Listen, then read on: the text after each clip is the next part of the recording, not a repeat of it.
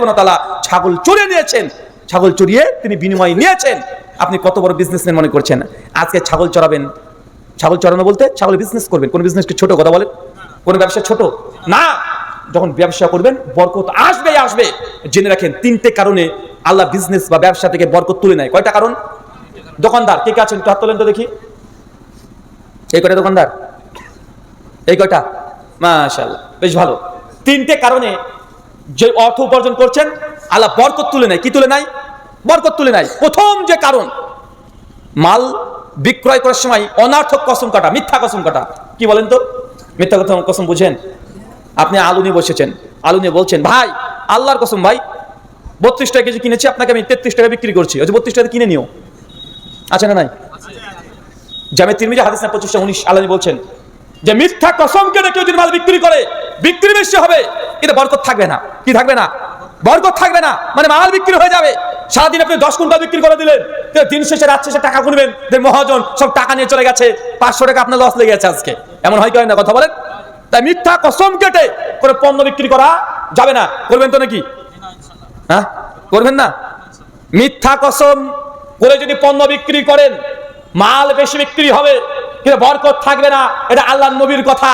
যদি ব্যবসাতে বেচা কিনাতে যদি বৃদ্ধি করতে চান, বরকত পেতে চান, মিথ্যা কথা কি করতে হবে? কথা বলেন, বর্জন করতে হবে। 2, যখন বিজনেস করবেন ক্রেতা এবং বিক্রেতার মধ্যে কোনো প্রতারণা থাকবে না। কি থাকবে না? কি থাকবে না? আর জোরে বলেন।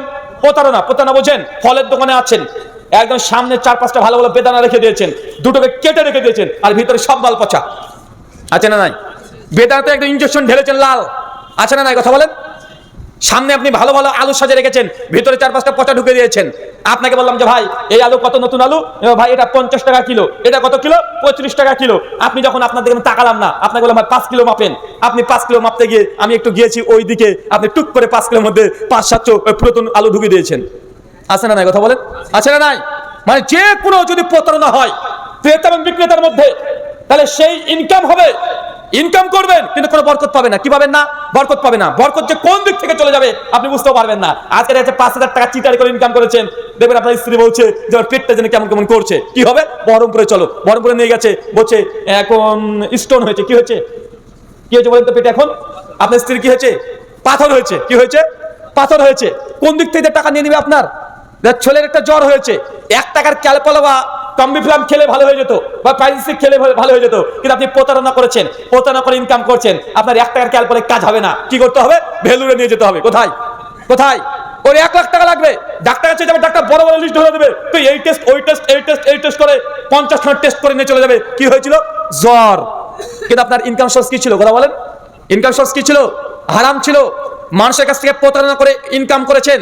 আপনি আলুর দোকানদার, সবজির দোকানদার, মুদিখানার দোকানদার, মসুরের ডালের মধ্যে 1 কেজি ডালে 50 গ্রাম কি দিয়েছেন? পাথর।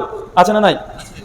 ভাই এই প্রত্যেকটা ধরে ধরে বলা যাবে না যে আপনারা কোন জায়গায় প্রতারণা করেন। যে ব্যবসা করছেন, যেখান থেকে উপার্জন করছেন, খবরদার যে বিক্রেতা আর ক্রেতা দুজনের মধ্যে যেন কোনো ডুপ্লিসিটি না হয়। অনেক মোবাইলদার দোকানদার আছে, বলছে ভাই কি লাগাবেন ডিসপ্লে? বলছে অরিজিনাল, এটা স্যামসাং কোম্পানির, কিন্তু মাল ডুপ্লিকেট। আছে না নাই? বলছে ব্যাটারি অরিজিনাল নিলে 4,000 টাকা, আর যদি ডুপ্লিকেট নেন তাহলে মাত্র 1100 টাকা। বলছে অরিজিনালটা লাগান, ও ডুপ্লিকেট লাগিয়ে অরিজিনাল দাম নিচ্ছে। আছে না নাই? আছে না? ভাই কত জায়গায় যে কত রকম প্রতারণা হয় মানে বলাও মুশকিল। আরে অনেক পোল্ট্রি মুরগিকে লাল করে দেশি মুরগি বলে চালিয়ে দেয়। কয়লার মুরগি, কয়লার বুঝেন তো? হ্যাঁ, কয়লার মুরগি বুঝেন কোনটা বলেন তো? ব্রয়লার না, কয়লার কি বলে পাকিস্তানি যেগুলো টক আছে, এক এক জায়গায় এক এক রকমের নাম। কয়লার বলতে ওই পোল্ট্রি মুরগির জাত হয়, ওটা দেশি মুরগির মতো দেখতে হয়, পাগুলো একটু মোটা মোটা হয়। মানুষ ওইগুলোকে দেশি মুরগি বলে চালিয়ে দিচ্ছে। আছে না নাই? আছে না নাই? বড় বড় 5 স্টার হোটেলে কুত্তার গোস, খাসির গোস বলে চালিয়ে দিচ্ছে। আছে না নাই? কথা বলেন। মানে মানুষ যে বিজনেস করতে গিয়ে, উপার্জন করতে গিয়ে কত রকমের প্রতারণা করে, আর কত জায়গা থেকে কত কোয়ালিটির যে প্রতারণা হয়, এই হিসাব আপনি করতে গেলে নিজে বোকা বেনে যাবেন যে কোথায় প্রতারণা নেই, কোন ব্যবসায় প্রতারণা নেই। সব জায়গাতে প্রতারণার মধ্যে লিপ্ত আছে। কিন্তু প্রতারণার ফলাফল কি? ইনকাম হবে বেশি, কিন্তু আল্লাহ সুবহানাহু ওয়া তাআলা বরকত তুলে নেবেন। কি তুলে নেবেন? কথা বলেন। বরকত একদম পাবেন না।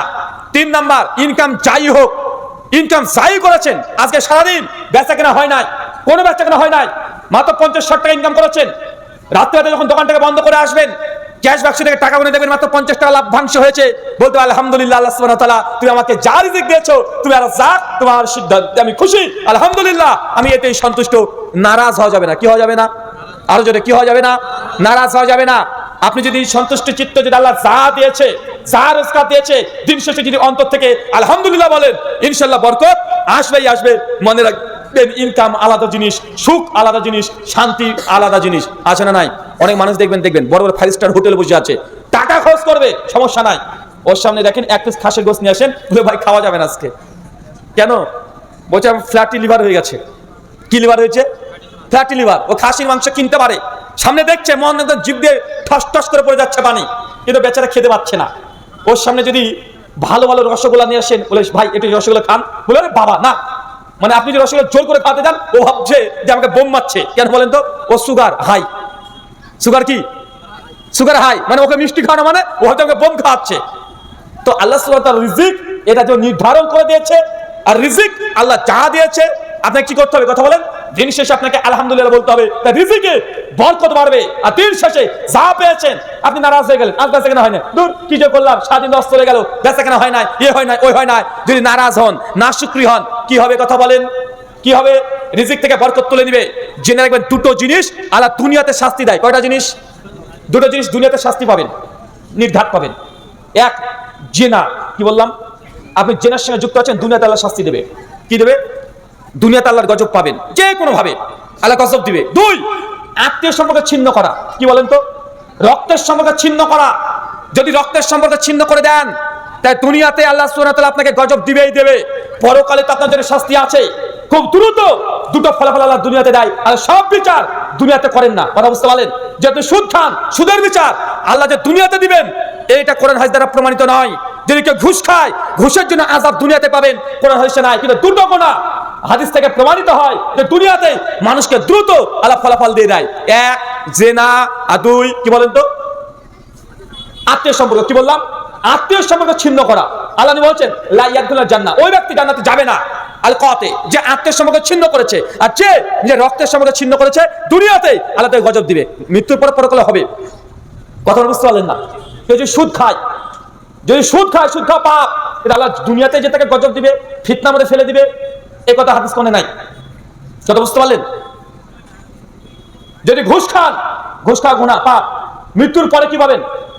আযাব পাবেন, শাস্তি পাবেন। ঘুষ খেলে দুনিয়াতে যে আল্লাহ গজব দিয়ে দিবে, এমন কথা কোরআন হাদিসে নাই। দুটো পাপ শুধু হাদিসে পাওয়া যায়, যে দুনিয়াতেই আল্লাহ ফলাফল দিবেন, আবার আখিরাতেও দিবেন। 1, আত্মীয় সম্পর্ক ছিন্ন করা। আত্মীয় কে? আপনার খালা আত্মীয়, সবচেয়ে অবহেলিত কে? মায়ের বোন। কে বলেন তো? মায়ের বোন খালা কে হয়? মায়ের যা ফজিলত, মায়ের যা হক, খালারও তাই হক। ডিটেল সব হাদিস পাওয়া যাবে না। এক কথায়, মা আপনার প্রতি যে অধিকার রাখে, আপনার খালা সে অধিকারই রাখে। মাকে যেভাবে সম্মান করেন, খালাকে সেম সম্মান করতে হবে। বাড়িতে আসলে খালা আসলো, আর মুখটা আপনি বাঁকা করে ফেললেন, আপনার স্ত্রী যেন কেমন কেমন করতে লাগলো, যে দেখবেন বরকত চলতে উঠতে শুরু করবে। আত্মীয় সম্পর্ক ছিন্ন করলে বরকত আল্লাহ তুলে নেয়। কি বললাম? আত্মীয় সম্পর্ক ছিন্ন করবেন, বরকত তুলে নেবেন। সুনান আবু দাউদ 4902 নম্বর হাদিস, আল্লাহ বলেছেন, আত্মীয় সম্পর্ক যদি রক্তের সঙ্গে ছিন্ন করে দেয়, আল্লাহ কি করেন? কি করেন? কথা বলেন। পরিবার থেকে রিজিক তুলে নেয়। কি তুলে নেয়? রিজিক তুলে নেয়। দুনিয়াতে যদি রিজিক বেশি পেতে চান, তাহলে আত্মীয় সম্পর্কে অটুট রাখতে হবে। জি, বাপের জমির ভাগ বোনকে দেন নাই, কালকে ভাগ বসাতে হবে। কি বললাম? বুঝতে পারেন না মনে? এটা আপনার বোন আপনার বাপের জমি ভাগ পেত না, হ্যাঁ? আপনি দিয়েছেন না? ভাইরা শুধু ভাগ করে খাচ্ছে। কে খাচ্ছে? ভাইরা শুধু ভাগ করে খাচ্ছে না, বরকত পাবেন না। ওই জমি আপনার মরার আগে ওই ভেলুরে দিয়ে আসতে হবে। কোথায় দিয়ে আসতে হবে? ওই ভেলুরে দিয়ে আসতে, মণিপালে দিয়ে আসতে হবে, মরার আগেই। জেনে রাখেন, মৃত্যুর আগেই আপনি পেয়ে যাবেন। কেন? আত্মীয় সম্পর্ককে নষ্ট করেছেন, বোনের হক মেরে খেয়েছেন। তাই যদি রিজিক, অর্থ উপার্জন বেশি করতে চান, বরকত বেশি পেতে চান, জেনে রাখেন আত্মীয় সম্পর্ক নষ্ট করা যাবে না। বোনকে যে জমি ভাগ দেন নাই, ভাইকে যে ঠকিয়ে দিয়েছেন, চাচা ভাতিজা এই যে সম্পর্ক আছে, জমি মেরে দিয়েছেন, টাকা মানুষ পেত, টাকা তাকে দেন নাই, আত্মসাৎ করে নিয়েছেন। যত দ্রুত সম্ভব, যত ঋণ আছে, যা জবস্তি আছে, যারা সে বেইনসাফি করেছেন, দ্রুত জমি বিক্রি করে দিয়ে হলেও সে ঋণ থেকে আগে বাঁচার চেষ্টা করেন। ইনশাআল্লাহ আল্লাহ রিজিক বাড়াবে। কি বললাম? মানে আপনাদের মনোযোগ অন্যদিকে নাকি? কি খাওয়া দাওয়ার ব্যবস্থা আছে নাকি গো? এরা মনে হচ্ছে যে আপনাদের খাবার দাবারের ব্যবস্থা আছে, এই জন্য আপনারা মানে কখন খাবার দিবে, কোন খাবার দিবে একটা ভাব। এই শেষ পয়েন্টটা বুঝতে পারলেন? কি বলেন তো, যে টাকা পয়সা বাড়াতে চান, সম্পত্তি যদি বাড়াতে চান, কি করতে হবে? ঋণ রাখা যাবে না। কি রাখা যাবে না? ঋণ রাখা যাবে না। জমি বিক্রি করে দিয়ে হলেও ঋণ আগে মুক্ত করে দেন। 2, যে যার সঙ্গে প্রতারণা করেছেন তার সঙ্গে মিটচুট করে নেন। 3, বাপের সম্পত্তি যদি বোনকে দিয়ে না থাকেন বা যারা পার হকদার তাদেরকে যদি দিয়ে না থাকেন, দ্রুত সম্পত্তি বন্টন করে দেন আজকে। 4, যত রকমের আত্মীয় সম্পর্ক ছিন্ন করেছেন, দ্রুত সে ফাঁসে জালে হোক, তারপরে তার সঙ্গে আত্মীয়তার সম্পর্ক রক্ষা করার চেষ্টা করেন। রক্তের সম্পর্কে মানুষ 3 দিনের বেশি কথা না বলে থাকতে পারবেন না। কি বললাম? কয়দিন? 3 দিন। যদি এই 5টা মেনটেন করেন, ইনশাআল্লাহ আপনার বাড়িতে বরকত দিয়ে পূর্ণ হয়ে যাবে। মায়েদের উদ্দেশ্যে একটা হাদিস, আমাদের আয়েশা আবু হুরায়রা রাদিয়াল্লাহু তাআলা থেকে হাদিস বর্ণনা আছে, মুসনাদ আহমদের 8631 নম্বর হাদিস। আবু হুরায়রা নাম শুনেছেন? আল্লাহ নবীর কাছে আবু হুরায়রা এসে কিছু খেজুর নিয়ে এসেছে, এক গোছা নিয়ে বলছে, রাসূলুল্লাহ একটু খেজুরের দোয়া পড়ে দেন না। নবী তখন সামনে খেজুরগুলো রেখে তিনি দোয়া পড়ে তিনি ফু দিয়ে দিলেন। দিয়ে আবু হুরায়রাকে বলেন, আবু হুরায়রা এই যে খেজুরগুলো তোমাকে দিলাম, এই খেজুরগুলো একটা ব্যাগের মধ্যে রেখে দিবে, যখন মন চাইবে হাত দিয়ে তুলবে, বিসমিল্লাহ বলে খাবে। তবে হ্যাঁ, যত ব্যাগ, যে ব্যাগ বা তোমার পুতলির মধ্যে থাকবে, এটাকে সম্পূর্ণ শেষ করে খাবে না। কি করে খাবে না? শেষ করবে না, থাকবে, বিসমিল্লাহ বলে তুলবে আর খাবে। মানুষ চাইবে তাকে দান করবে, তবে সমস্ত খাবার যেন শেষ না হয়, মানে একদম উল্টো করে ঝাড়া দিয়ে যেন না শেষ করা হয়। আবু হুরায়রা রাদিয়াল্লাহু তাআলা বলছেন যে আমি আল্লাহ যেই দিন দিয়েছি সেই দিন থেকে আমার সঙ্গে একটা আমি পুতলা রেখে দিতাম, মানে ব্যাগ ট্যাগ কিছু রেখে দিতাম, যখন মন চাইতো আমি খেতাম, যে চাইতো তাকে আমি দান করতাম। আবু হুরায়রা নিজের সাক্ষ্য, তিনি বলছেন প্রায় 1 ওসাকা, মানে প্রায় 150 কেজি মানুষকে দানই করেছে। বুঝতে পারলেন না? মনে হয় একটা পুতলি বলছেন, মানে একটু পাত্র, মানে এই 1 কিলোমিটার আটার কথা। কি কথা বলেন? 1 কিলোর মতো। আল্লাহ নবী সেটা ফু দিয়ে দিয়েছে, বরকতের দোয়া করে দিয়েছে, বলেছে তুমি সমস্ত কিছু ফুরে ফেলবে না, খেয়ে সব ঝাড়া দিয়ে দিবে না। যখন মন চাইবে খিদে লাগবে, বিসমিল্লাহ বলে তুলবে খাবে, আর মানুষ যখন চাইবে তুলবে ছিড়বা দিয়ে দিবে। আবু হুরায়রা বলছেন প্রায় 150 কেজি মানুষকে দান করেছে প্রায়, আর আমি তো নিজে খেয়েছি। কিন্তু ওসমান বিন আফফান যেদিন মৃত্যুবরণ করে, সেই দিন আমার কাছে ব্যাগটা পড়ে যায়। যখন ব্যাগটা পড়ে গেছে, তারপর থেকে আমি আর সেই ব্যাগটাকে খুঁজে পাই নাই। এই হাদিসের আলোকে বিভিন্ন ইমাম শাইখ মাশায়েখ তারা বলেছেন যে হাদিসের আলোকে মায়েদের উদ্দেশ্যে নসিহা, চালের বস্তা ঝাড়া দিয়ে সবকিছু একদিন ফুলে দিতে হবে এমনটা নয়। চাল থাকতে থাকতে বস্তা বা চাল ঢালবেন। কথা বুঝতে পারেন? মনে হয় ড্রাম আছে চালের, একদম পুরো ড্রামকে উল্টো করে ঝেড়ে পরিষ্কার করা যাবে না, বরকত উঠে যাবে। কি উঠে যাবে? কথা বলেন। বরকত উঠে যাবে, মানে 2-4 কেজি চাল থাকতে আবার চাল নিয়ে আসতে হবে। এটা কাদের দায়িত্ব? পুরুষের। কার দায়িত্ব? বাড়িতে চাল নেই, এই চাল নিয়ে আসো, চাল নিয়ে আসো, এরকম যেন না হয়। চাল থাকতে, দ্রব্য থাকতে, ওই দ্রব্যের মধ্যে আবার চাল মিশিয়ে দিবেন, ইনশাআল্লাহ বরকত থাকবে। এটা নবীর হাদিসের কথা। নবীর হাদিস কি মানেন? হ্যাঁ, নবীর হাদিস মানতে মন চাই? যদি মন চাই এই আমলগুলো করবেন, যদি করেন পরিবারের মধ্যে রিজিক বাড়বে, রিজিকে বরকত আসবে। পাশাপাশি যেই 3টে পয়েন্ট আমি বলেছি, 1, মিথ্যা কসম করে কোনো পণ্য বিক্রি করবেন না। 2, ক্রেতা বিক্রেতার মধ্যে যেন কোনো রকমের প্রতারণা না থাকে। কথা বুঝতে পারলেন? আর 3, শেষে যা ইনকাম করেছেন আলহামদুলিল্লাহ বলবেন, ইনশাআল্লাহ বরকত চলে আসবে। এই 3টে আমল মিস করা যাবে না। কারা কারা করবো না একটু হাত তুলি তো। হ্যাঁ, সবাই করবেন? আচ্ছা, একজন দাঁড়ান তো, দোকানদার একজন হাত তুলি তো। কেউ দোকানদার আছেন? তুমি আছো, দাঁড়াও। বলো 3টে পয়েন্ট বলেছে কি কি?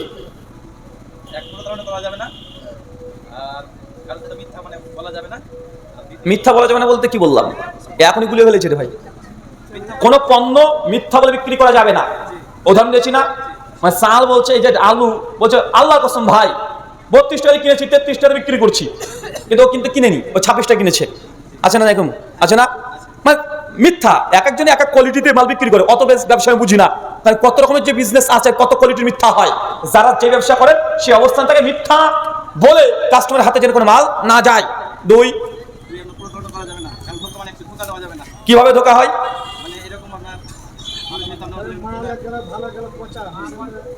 দেখেন তাফসীর করছে, ঠিক আছে, সমস্যা নাই। মানে কোন রকম প্রতারণা, মানে মালের সঙ্গে দেখেন আপনি যেই মাল বলেছেন সেই মালই দেবেন। বলেন আজওয়া খেজুর, ভাই তাজা সৌদি আরব আজওয়া খেজুর, সৌদি আজওয়া খেজুর না, আজওয়া খেজুর 700-এর মধ্যে, মানে 700 আছে আর 300 মাল ঢুকে দিয়েছে। হয় কি হয় না? কথা বলেন। মানে ভাই আমি আগে থেকে বলেছি কত রকম যে প্রতারণা হয় এটা ভাই আমি বলতে পারবো না। যেই বিজনেস করছেন সেই বিজনেসে প্রতারণা যেন না থাকে। তবে এখানে একটা মাসালা বলে দিই, তুমি বসো, একটা মাসালা বলে দিই। হুজুর কত টাকা লাভ করতে পারবো? ধরেন একটা জিনিস কিনছে 5 টাকা দিয়ে, 50 টাকা দিয়ে যদি বিক্রি করি 45 টাকা লাভ, 4টে খেয়ে বাবার নাকি করা যাবে? এত লাভ করা যাবে? লাভ একটা জিনিসের দাম 1 টাকা। উদাহরণ দিই, একটা মোবাইলের মাইক্রোফোন, আমি এই ব্যবসা করতাম তো আগে, তাই এটা দিয়ে বলি। একটা মাইক্রোফোন আমরা কিনতাম 1110 নোকিয়া, মনে পড়েন 1110 নোকিয়া, ঢং করে সাপের গেম হতো, হ্যাঁ ওই যে সাপ যেত ঢং করতো, ওই মোবাইল 1110 আমরা যখন কিনতাম 7 টাকা দিয়ে মাইক্রোফোন লাগতো। দাম কত থাকতো তখন মাইক্রোফোন? আমাদের কাছে যখন আসতো তখন আমরা নিতাম 70 টাকায় 100 টাকা। কত টাকা নিতাম? 70 টাকা থেকে 100 টাকা। তো কিনলাম 7 টাকা, 10 গুণ নয়, 700 গুণ লাভ করছি। কত গুণ? ডবল করলে 14 টাকা হয়, মানে আমরা 100 টাকা নিচ্ছি। এখন কোন দ্রব্য কত পার্সেন্ট লাভ করতে পারবেন, এটা একটা বড় প্রশ্ন। মনে রাখবেন, চলন্ত বাজার যত, ততই আপনি লাভ করতে পারবেন। যেমন মালের দাম 7 টাকা হোক আর 10 টাকা হোক আর 1 টাকা হোক, একটা মেডিসিন ঔষধ, দেখা যাচ্ছে ক্যালপল ঔষধ এক ফাতার দাম 1 টাকা, কিন্তু মার্কেটে বিক্রি হচ্ছে 100 টাকা। সবাই 100 টাকা নিচ্ছে, আপনি 100 টাকা নিতে পারবেন, জায়েজ। ঠিক আছে। 2, দেখছে মার্কেট প্রাইস আছে 50 টাকা, কিন্তু আমি এসেছি নতুন, আরে হুজুর এসে, হুজুরের মেলা টাকা, লে 100 টাকা নিয়ে নে। মার্কেট প্রাইস কত? 50, কিন্তু আপনি 100 টাকা নিয়ে নিলেন। কথা বুঝতে পারলেন না? একটা জিনিস 1 টাকা দাম, মার্কেট যদি 100 টাকাতে বিক্রি হয়, 100 টাকা নেওয়া জায়েজ, 99 টাকা লাভ করছেন, জায়েজ। কিন্তু মার্কেটের অতিরিক্ত যদি চান, মার্কেটের কি অতিরিক্ত যদি 1 টাকা বেশি চান, তাহলে এই টাকাটা আপনার জন্য অবৈধ হবে। কি হবে কথা বলেন? এই টাকাটা আপনার জন্য অবৈধ হবে। বলেন যে ভাই দেখেন সব জায়গায় 70 টাকায় বিক্রি করছে, কিন্তু আসলে মাল সব জায়গায় 60 টাকায় হয়। কিন্তু দেখছেন হুজুর এসছে, আমাদের গ্রাম সম্পর্কে জানে না, বা কোনো বিএসএফ এসছে অন্য দেশ থেকে, বিএসএফ তো ও কিছু বুঝে না, নিয়ে বেশি নিয়ে একটু, এরকম আছে না নাই? তাই চলন্ত দাম যা লাভ, মানে লাভ যতই হোক না কেন আপনি করতে পারবেন। বুঝতে পারছেন? 3টে জিনিস আল্লাহ সুবহানাহু ওয়া তাআলা কবুল করো, সকলে বলি আমিন। কিছু বলছেন সব?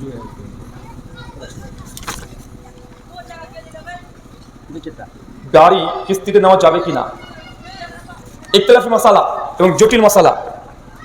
গাড়ি হোক, ফ্রিজ হোক, বাড়ির আসবাবপত্র জিনিস হোক, যদি অতিরিক্ত স্বাচ্ছন্দ্যে থাকার জন্য কিনতে চান, কিনবেন না কিস্তিতে। কথা বুঝতে পারলেন? মানে বুঝেননি? বাড়িতে আপনার খাট আছে, কিন্তু বউ বলেছে ওই খাটটাকে পছন্দ করেছে, একটা বড় খাট, কিন্তু বাড়িতে খাট অলরেডি আছে, আরাম আয়েশের জন্য যদি আপনি কিস্তি করতে যান, যাবেন না। প্রথমে কি বললাম? কথা কি বুঝতে পারছেন? একটা মোটরসাইকেল আছে, কাজ চলছে, কিন্তু আপনার বউ বলেছে যে না এটা তো হবে না, R115 লাগবে, কারণ বউকে খুশি করার জন্য কিস্তিতে R115 কিনতে যাচ্ছেন, প্রয়োজন নেই। 2, কিস্তির কয়েকটা কোয়ালিটি হয়। কি হয়? ভালো করে শুনেন, 19-20 হয়ে গেলে হ্যাঁ না হয়ে যাবে, জায়েজ না জায়েজ হয়ে যাবে। নয়তো কালবার বলবেন যে রুল আমিন ভাই বলে গেছে যেটা জায়েজ, এটা আমি একটু জায়েজ বলিনি। একটা উদাহরণ দিই, ধরেন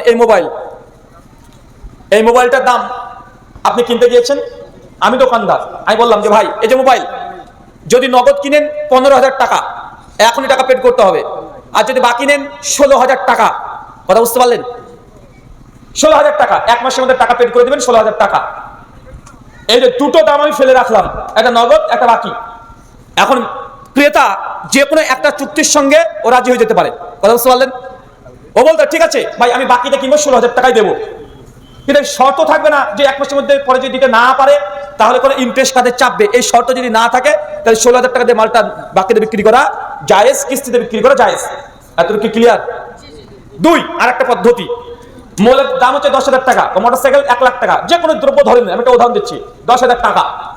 এখন বললো যে 5,000 টাকা আপনি অ্যাডভান্স করবেন, 5,000 টাকা থাকবে, এই 5,000 টাকা আপনি কিস্তিতে 10টা কিস্তিতে দেবেন, এরকমই তো হয় নাকি? 10 কিস্তিতে দেবেন, 5,000 টাকা 500 টাকা করে কর করান। তবে হ্যাঁ, শর্ত যদি থাকে একটা কিস্তি ফেল করলে 50 টাকা জরিমানা ইন্টারেস্ট, তাহলে এই চুক্তিতে এই মোবাইল ক্রয় করা যাবে না। কেন? আপনি বলবেন ভাই আমি কিন্তু কিস্তি ফেল করবো না, আল্লাহি করবো না, নিয়ত আছে মাসে দিয়ে দেবো, তারপরে পারবে না। কেন?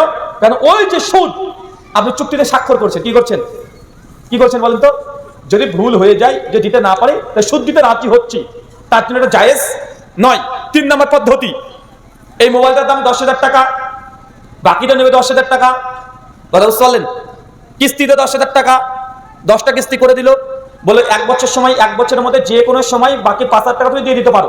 1 বছর সময়, 1 বারে দাও, 10 বারে দাও, 5 বারে দাও, দেখবো না, 1 বছরের মধ্যে টাকা 5,000 টাকা তুমি দিয়ে দিবে, এখানে কোনো ইন্টারেস্ট নেই, তাহলে এই মোবাইলটা কেনাটা বৈধ। এখন আপনি দেখেন আপনার সঙ্গে যে গাড়ি, ফ্রিজ, মোবাইল বা যেসব কিস্তিতে আপনি কেনাকাটা করছেন, কোন শর্তে পড়ছে। কথা বুঝতে পারলেন? যেই শর্তে পড়বে দেখার পরে জায়েজ না জায়েজ এই মাসালা আসবে। আপনি জাস্ট 3টে পদ্ধতি বললাম, দুটো না জায়েজ, একটা জায়েজ পদ্ধতি। শুকরান, জাযাকাল্লাহু খায়রান। আমাদের ইমাম মুন্সি আছে, ছেলেরা এবং আমরা তাকে মৌলবী কি বলছে, মৌলবী বলছি, তাতে কি গুনাহ হবে? আমাদের ইমাম সন্তান আছে ছেলের এবং আমরা তাকে, মানে ইমামের ছেলেকে মৌলবী বলছেন না কি লিখেছে? বলছে আমাদের ইমাম মুন্সি আছে, ছেলেরা এবং আমরা তাকে মৌলবী বলছি, তাতে কি গুনাহ হবে? মানে উনি হচ্ছে মুন্সি কিন্তু আপনি মৌলবী বলছেন। ইমাম ও বুঝেছি, মানে আপনাদের ইমাম আছে মুন্সি। মুন্সি বলতে কি বলে রে ভাই? ও আচ্ছা আচ্ছা, বক্তব্য বলেছিল, মানে আলিম হয়নি, সাধারণ একজন কোরআন সুন্নাহ এমনি মোটামুটি স্টাডি করে পয়সা হয়েছে, কিন্তু তাকে আপনার মৌলানা বলতে পারবেন কি পারবেন না, মৌলবী বলতে পারবেন কি পারবেন না? আসলে মৌলবী মানে কি রে ভাই? মৌলবী মানে হচ্ছে যারা মূলনীতি মেনে চলে। মৌলবী মানে কি? মৌলবী মানে কি? যে কোনো জিনিসের মূলনীতি যারা মেনে চলে তারাই মৌলবী। কোনো ব্যক্তি যদি ধর্মের মূলনীতি মেনে চলে সেগুলো হচ্ছে মৌলবী। ধর্মের মূলনীতি কি? নামাজ, রোজা, হজ, যাকাত, দান, সাদকা, এগুলো মেনে চলবেন, আপনি মৌলবী। ডাক্তারও মৌলবী হতে পারে, হতে পারে না? ডাক্তারের যে মূলনীতি আছে ও মেনে চলবে, ও মৌলবী। একটা ছাত্র যে স্টুডেন্ট সে যদি ঠিকঠাক পড়াশোনা করে, ও মৌলবী। মানে এই যে মৌলবাদ যে শব্দটা আছে না, মৌলবাদ মৌলবী এটা একই সেক্টর, একই দিক। মানে মৌলবাদ কাকে বলা হয়? যারা মূলনীতি মেনে চলে তারা মৌলবী। ঠিক একইভাবে এই শব্দগুলো ব্যবহার করা হয়। তবে হ্যাঁ, মৌলানা যে হয়নি আর সমাজে প্রচলিত আছে মৌলানা, আমরা তাকেই বলি যারা আলেম ফারিগ হয়েছে, মৌলানা হয়েছে। এখন আপনি যদি তাকে মৌলানা বলেন আর মানুষ যদি ধোকা খেয়ে যায় যে না আরে এ তো মৌলানা না, কিন্তু সে মৌলানা পরিচয় দিচ্ছে এবং উদ্দেশ্য এটাই যে আমি একজন আলেম, এটা জাহির করার জন্য, তাহলে এটা প্রতারণা। এটা কি প্রতারণা? সে বুখারী স্পষ্ট হাদিস আছে, যারা আমার সঙ্গে প্রতারণা করবে ফালাইসা মিন্নি, তারা আমার উম্মতের অন্তর্ভুক্ত না। তাই এখানে মৌলবী শব্দ দিয়ে কোনো সমস্যা নেই, সে মুন্সি হোক বলতে পারবেন। প্রশ্ন তো ছেড়ে দেন। যে কোনো আলেমের, যে কোনো আলেম ওলামাদের ভালো কথাটি নিব এবং খারাপ কথাটি নিব না, এটা কি করা যাবে কি? বাহ, ভাই প্রশ্ন করেছেন। হুজুর ইউটিউবে তো মেলা বক্তা আছে, তো এখন আমার ওই বক্তার বক্তব্য খুব শুনতে ভালো লাগে, কিন্তু আমাদের আহলে হুজুররা বলেছে তার বক্তব্য শোনা যাবে না, কিন্তু আমার কিন্তু ভালো লাগে। তো আমি যে কোনো হুজুরের বক্তব্য শুনবো, যেটা ভালো সেটা আমি মানবো, আর যেটা ভালো না সেটা ছেড়ে দেবো। তো তুমি যদি সব আলেমের কোনটা ভালো আর কোনটা মন্দ বুঝতে পারো, তোমার বক্তব্য শোনার কি দরকার ভাই? তুমি তো বড় মাওলানা। এখন ধরেন একজন বড় আলেম, ধরেন বাংলাদেশের আমিরে হামজা, ও বক্তব্য দিচ্ছে, চট করে 3-4টা ভুল ভালো বলে দিল। কথা বুঝতে পারছেন? বক্তা তো ভালো, 3-4টা ভুল ভালো বলে দিল। আরেকজন জনপ্রিয় বক্তা হচ্ছে 5-6টা বিদআতি কথা বলে দিল, 3-4টা জাল হাদিস বলে দিল। আর তুমি বলছো যে সবার বক্তব্য শুনবো, তো তুমি কি বুঝতে পারবা যে কোনটা জাল হাদিস, কোনটা জয়ীফ হাদিস, কোনটা বিদআত, কোনটা শিরকি কথা বললো, কোনটা আকীদার বিরুদ্ধে গেল, কোনটা মানহাজের খিলাফ গেল? তুমি কি বুঝতে পারবা? যদি তুমি বুঝতে পারো তো তোমার বক্তব্য শোনার কি দরকার? তুমি নিজে বক্তা হয়ে যাও। শোনেন, ছোট্ট একটা উসুল বলে দিই। মূল কথা হচ্ছে কার বক্তব্য শুনবেন, কার বক্তব্য শুনবেন না, কার লেখা বই পড়বেন, কোন লিখিত বই পড়বেন না। এটা নির্ভর করছে আপনি কোন পজিশনের ব্যক্তি, আপনার জ্ঞান কতটুকু আছে। এখন যদি বলা হয় আবু তাহের সালাফি হাফিজাহুল্লাহ, আমাদের শেখ সভাপতি ছিলেন আজকে, উনি কি বেদাতীদের বক্তব্য শুনতে পারবে? মানে যত নিকৃষ্ট বেদাতি হোক, উত্তর হচ্ছে একদম পারবে। কেন? তার আলেম। তার কোনো বেদাতি যদি কোনো জাল হাদিস বলে, উনি টুক করে ধরে ফেলবেন। কেউ যেটা বিদাতি কথা বলে দেয়, টুক করে ধরে ফেলবেন। পারবেন কি পারবেন না? কথা বলেন। কিন্তু একটা রিক্সা চালক, এখন যদি বলেন ওই বিদাতির বক্তব্য শুনতে পারবে, বলবো না। কেন? কারণ এই রিক্সা চালক জানেই না কোনটা সহি, কোনটা জয়ীফ, কোনটা সঠিক, কোনটা বেঠিক, জানে? কথা বলেন না। তাই যারা আলেম, যারা জ্ঞান অর্জন করেছে, যারা সত্য মিথ্যা এটা যাচাই করার ক্ষমতা আছে, তাহাকিক করা, পর্যালোচনা করার ক্ষমতা আছে, তারা যে কোনো আলেমের বই পড়তেও পারে, যে কোনো বক্তার বক্তব্য শুনতেও পারে। সাধারণ আম জনতা যারা ধরার, তাহাকিক করার ক্ষমতা নেই, বুঝার ক্ষমতা নেই, জানার ক্ষমতা নেই, টোন শুনে ভালো লাগে, তাহলে আপনি বক্তব্য শুনতে পারবেন না। আপনি কার বক্তব্য শুনবেন? যারা শুধু হক কথা বলে, জালজেব কথা বলে না, বিদাতযুক্ত কথা বলে না, তাদেরকে সিলেক্ট করেই আপনি তাদের বক্তব্য পড়বেন, তাদের আলোচনা শুনবেন। এর দলিল কোরআন আয়াত এবং হাদিসেও আছে। বলতে তওরাত, জাবুর, ইনজিল, তিনটা আসমানি গ্রন্থ, এটা আল্লাহর কিতাব কি কিতাব নয়? কিতাব কি কিতাব নয়? এটা কথা বলে না কেন রে ভাই? আল্লাহ কিতাব তো নাকি?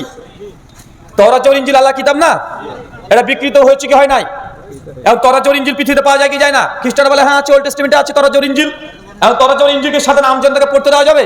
কথা বলেন। তওরাত, জাবুর, ইনজিলে ভালো কথা আছে, খারাপ কথাও আছে, কিন্তু আমজনতা পড়তে পারবে না। এটা একজন আলেম পারবে কি পারবে না? পারবে। কেন? মানে সে ভালোভাবে বুঝে, কোরআনটা জানা আছে, আকীদা মানহাজ জানা আছে। তওরাত, জাবুর, ইনজিল পড়লে বুঝেন এটা ভুল, এটা ঠিক। তাই যেন আলেমদের জন্য যেটা জায়েজ, সেটা আমজনতার জন্য সেটা না জায়েজ। কথা বুঝতে পারলেন? তাই আপনি কতটুকু জ্ঞানী মানুষ, সে জ্ঞানের উপরে ভিত্তি করেই হবে যে আপনি কার বক্তব্য শুনতে পারবেন, কারটা শুনতে পারবেন না, এটা নির্ভর করছে তার উপরে। শুকরান। কৃপণ বন্ধুর সাথে সম্পর্ক রাখতে পারবেন কি পারবেন না? কেন রে ভাই? কৃপণ কি করেছে রে ভাই? এখন আমার কাছ থেকে উত্তর পেয়ে বলে দেখ তুই কৃপণ, তোর সঙ্গে সম্পর্ক রাখলাম না। বন্ধু যদি কৃপণ হয় ওটা তার ব্যক্তিগত আমল, তার জন্য গুনাহ সে হবে। তার সঙ্গে আপনি বন্ধুত্ব রাখতে পারবেন না এমনটা নয়, আপনি রাখতে পারবেন। কেননা হাদিসে এমন কোনো হাদিস পাওয়া যায় না যে কৃপণের সঙ্গে বন্ধুত্ব রাখতে পারবেন না। তবে হ্যাঁ, কৃপণের জন্য জামে তিরমিজি একটা হাদিস আছে, প্রতিদিন সকালে ফেরেশতা এসে তার জন্য বদদোয়া করবে যে আল্লাহ এই কৃপণ দান সাদকা করে না, মানুষকে ঋণ দেয় না, আল্লাহকে ধ্বংস করে দাও। আর যে দান সাদকা করে তার জন্য বরকতে দোয়া করবে। তাই কৃপণ তুমি সাবধান। আজকের বিষয় সম্পর্কে একটা প্রশ্ন আছে ছোট্ট সাহেব, বলবো? জি, বলছে যে অর্থ যে উপার্জন আমরা করি, ব্যবসা করি, তো মহাজনের কাছ থেকে আমরা ধারে মাল নিয়ে এসে নগদে বিক্রি করি, এটা যাই যাচ্ছে মানে যতক্ষণ মালিকারা প্রতিষ্ঠিত না হচ্ছে। মালিকানা প্রতিষ্ঠা না হলে কোনো জিনিস নেন, একটা গাছ, এই গাছ আছে আগে থেকে আপনি বলে দিলেন ভাই এই গাছে এতগুলো আম ধরবে, আগে থেকে 1 বছর আগে করে দিলেন, যাবে না। কথা বুঝতে পারছেন? যতক্ষণ আপনি মালিকানাধীন না হচ্ছেন ততক্ষণ বিক্রয় করা জায়েজ নয়। শুকরান। হার্ডওয়্যার ব্যবস্থা, রুকুবেলের রাকাত গণনা করা জায়েজ, না করাটা উত্তম। শুকরান, জাযাকাল্লাহু খাইরান, বারাকাল্লাহু ফিকুম। শেখ ছেড়েন।